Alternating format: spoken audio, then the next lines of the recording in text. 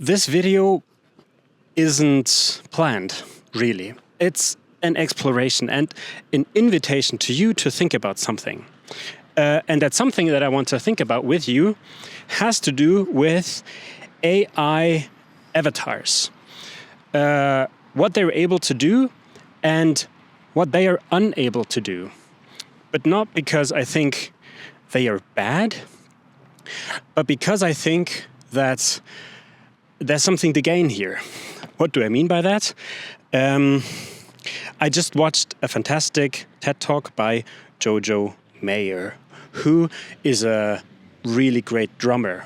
And in that TED Talk, he talks about the distance between ones and zeros in the context of digitally programmed beats.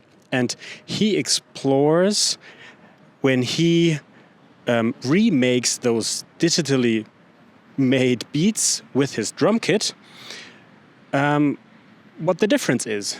And I think that's something that right now we need to think about, because now we can watch, I don't know, King Kong's vlog or Yeti's vlog or Moses talk about Egypt in their vlogs, which are of course all AI generated. But what I'm trying to figure out with this is, like, where is the human side of that? Or where also is the human future in videos? And I think the only way to figure that out is through some kind of improvisation. And that's what this is. And the question that I'm trying to answer now is, what is stability?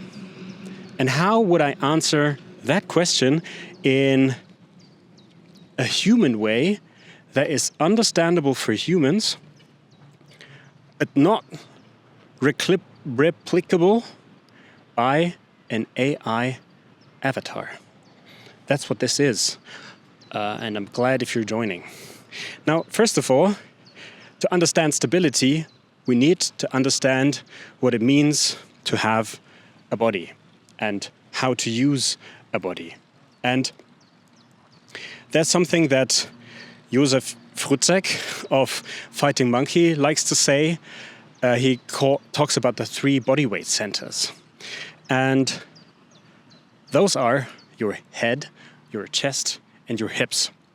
And when we think about stability in balancing, then what you need to know is the closer those body weight centers are to the thing that you're trying to balance on, the easier it gets to balance and the more stable the system gets. So what I'm doing right now, of course, is very hard to do, or harder in terms of balancing, compared to when I lower my 3 body weight centers to the bar. Because now it requires more strength to do, but less balancing. Whereas when I stand up all the way, this requires more balancing and less strength. Whereas something like this becomes increasingly harder, because now I've organized my 3 body weight centers, remember, head, chest, and hips, in a different way to the element that I'm trying to balance on. Now, when it comes to stability and trying to understand stability through and with your body, of course, we need to think about it as a term of dynamic stability, right? Because humans are always in motion. Once we stop being in motion, we are dead, basically. Or at least some of our cells. Something will still be in motion as long as we're alive. So when we consider stability, then we should consider it as dynamic stability. And you see, what I'm doing here, of course, requires a lot of practice, right? What I'm doing here is nothing that I would say the average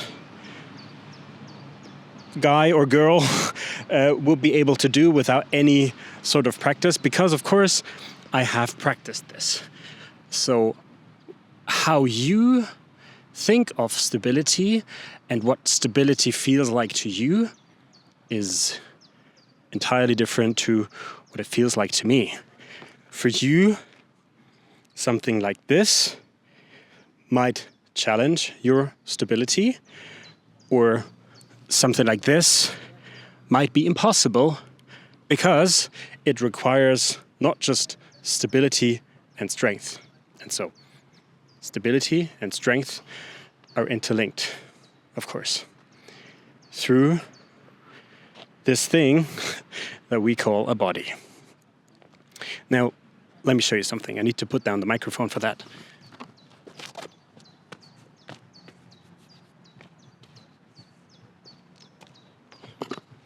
By the way, tell an AI avatar what this is. You think it would understand?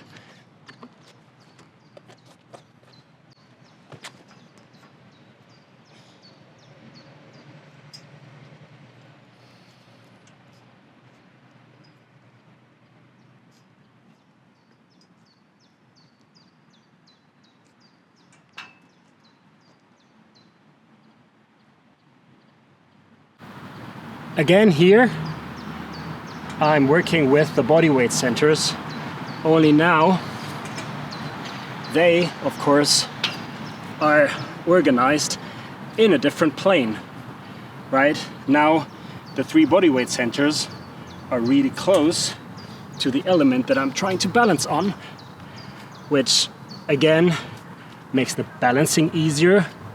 But as you can hear, the breathing gets way harder. Oof.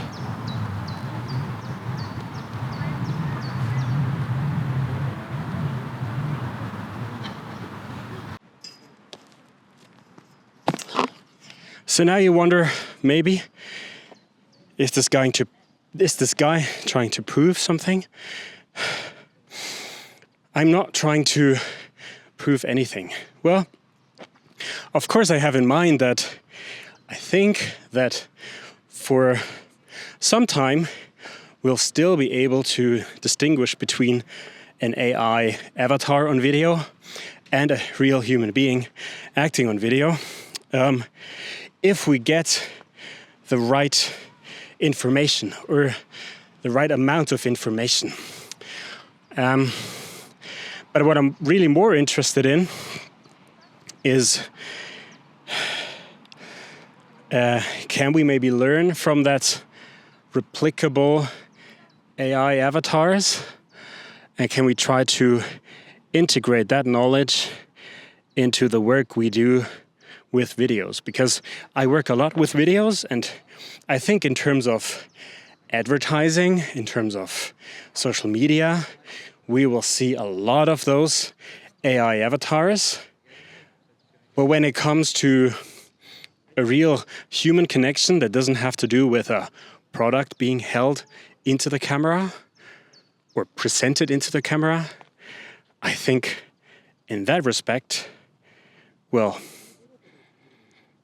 there's still a huge gap and a huge opportunity for us to act like humans and to recognize humans.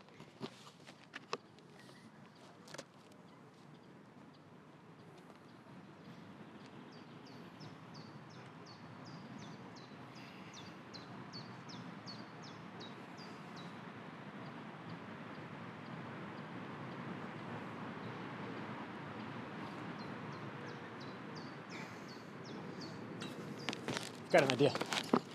Here's another idea.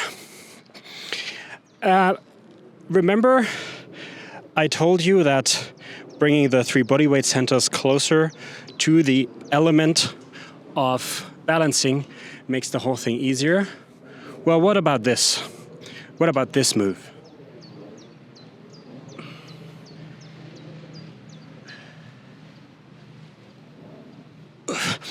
If you have a body and you use it from time to time, you instantly recognize why this move contradicts that rule?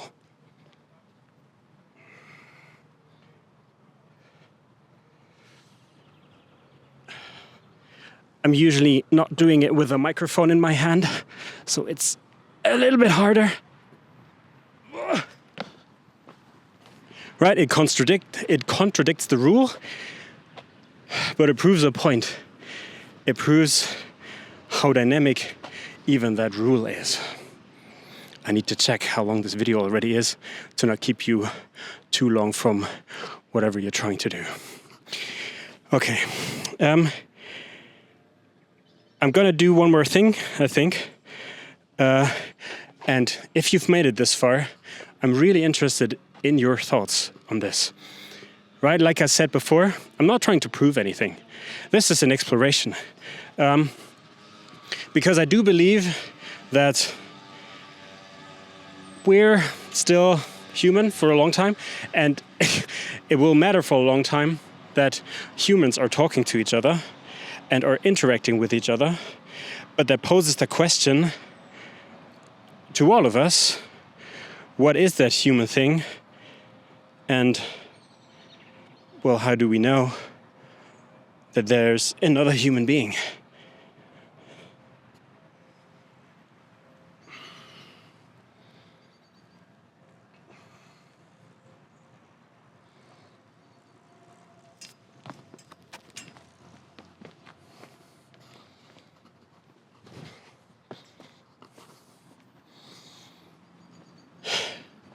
I'm really interested in your thoughts. If you've made it this far, let's explore that together. Because I do believe video, real video, still has a future. Maybe not in the same way. Maybe some of the channels will change totally, because it's also fun to watch Bigfoot talk about what he's cooking for his friends. But it's just not human, right? So, see you soon.